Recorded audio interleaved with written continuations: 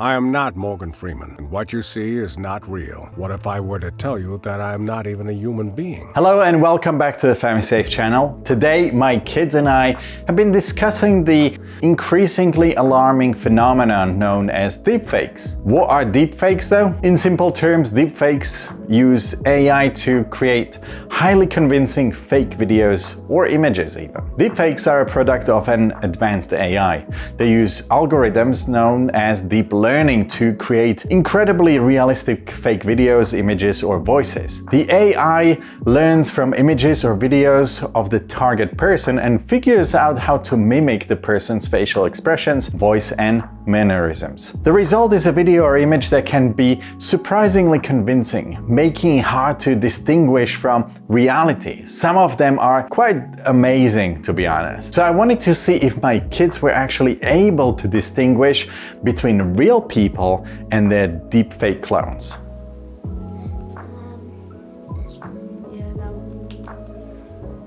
Oh my god, these are tough. This one, I think this one. Look at that. I think that's from a movie. Yeah, but look at that. This No, one it's has not. that one. No, there's no shine.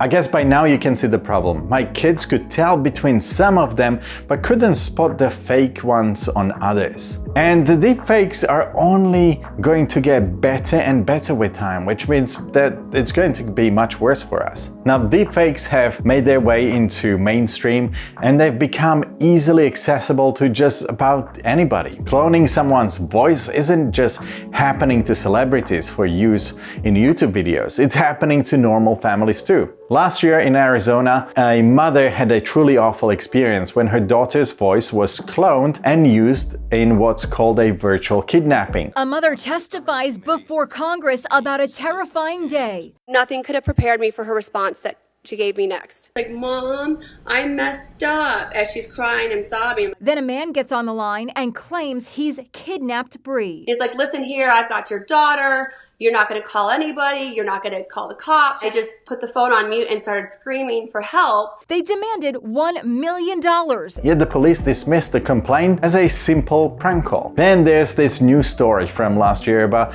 some New Jersey schoolgirls who had their photos nudified by the boys in their class. These girls were just 14 years old, and as one of them put it, when I heard it was one of my classmates, I was shocked. I'm not gonna lie, I did start crying because I was very emotional. An altered image of the Westfield High School sophomore was posted in July to Snapchat by a male classmate. Francesca wasn't sure what to do and went to her school principal's office. Turns out there were nearly 36 victims just like Francesca.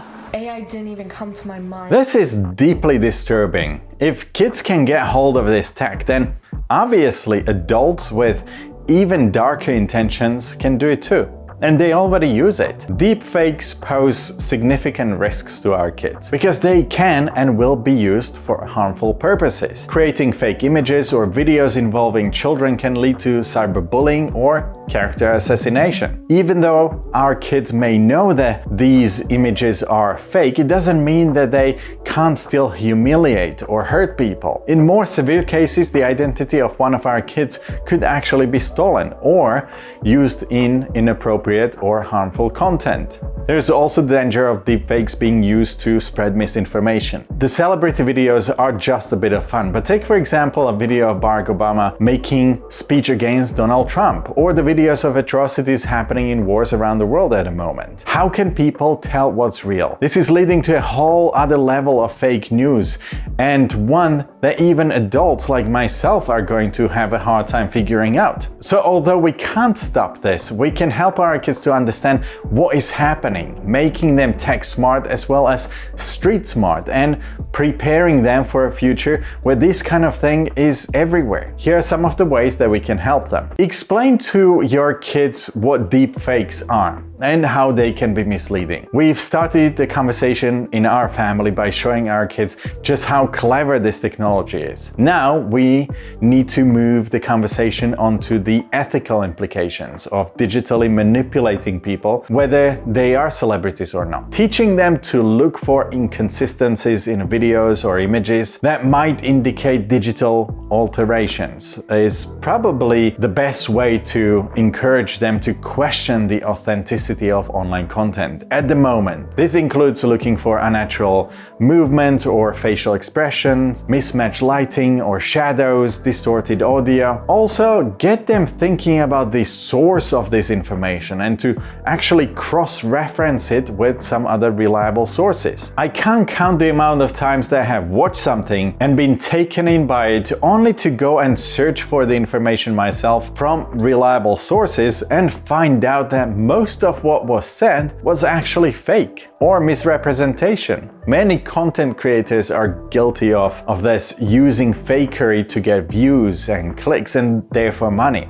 So by cultivating a healthy skepticism and teaching our kids to recognize potential signs of manipulation, they can become more discerning digital consumers and not to be taken in by frauds. Implementing parental control software helps monitor and restrict what children can access online. Our FamiSafe app can filter out inappropriate content, limit screen time, or keep track of online activities. Some parents think that this turns them into helicopter parents, but it doesn't. It's the same as not allowing them to access the R-rated movies or adult magazines. The internet is mostly full of content that's not made for kids. So why allow them unrestricted access to it?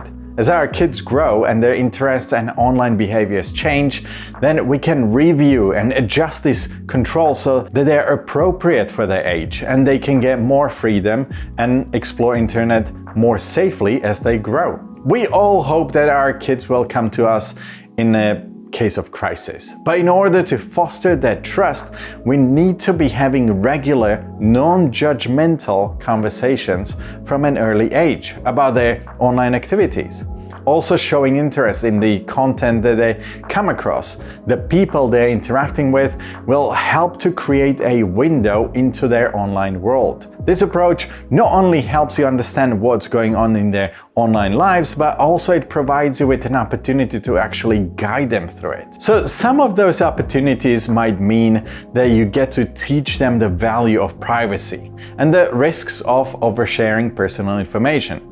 Stress the importance of being cautious about what they post, whom they interact with, and the potential long-term consequences of their digital footprints. If you can encourage them to think critically about how their online actions might be perceived by others, including future employers or schools, then they may be able to see the consequences of their actions towards others as well. So don't just talk to them about keeping their own information private, but also about their responsibility not to share other people's information with the whole world, or any deepfake images or videos that are shared with them. I think the main thing is that we need to ensure our kids are aware of the risks of deepfake images and videos. Being forearmed is being forewarned. And besides these personal measures that we can take, there's the bigger picture too. We need laws and regulations to tackle the misuse of AI and deepfakes. I'm sure at some point lawmakers will bring this under control, but for now, while the law is still playing catch up,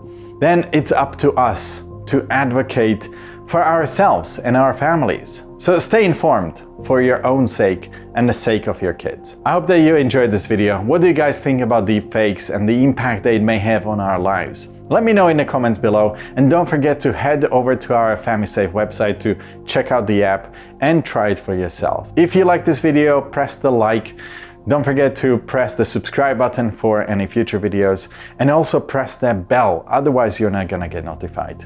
Other than that, I'll see you in the next one. Bye!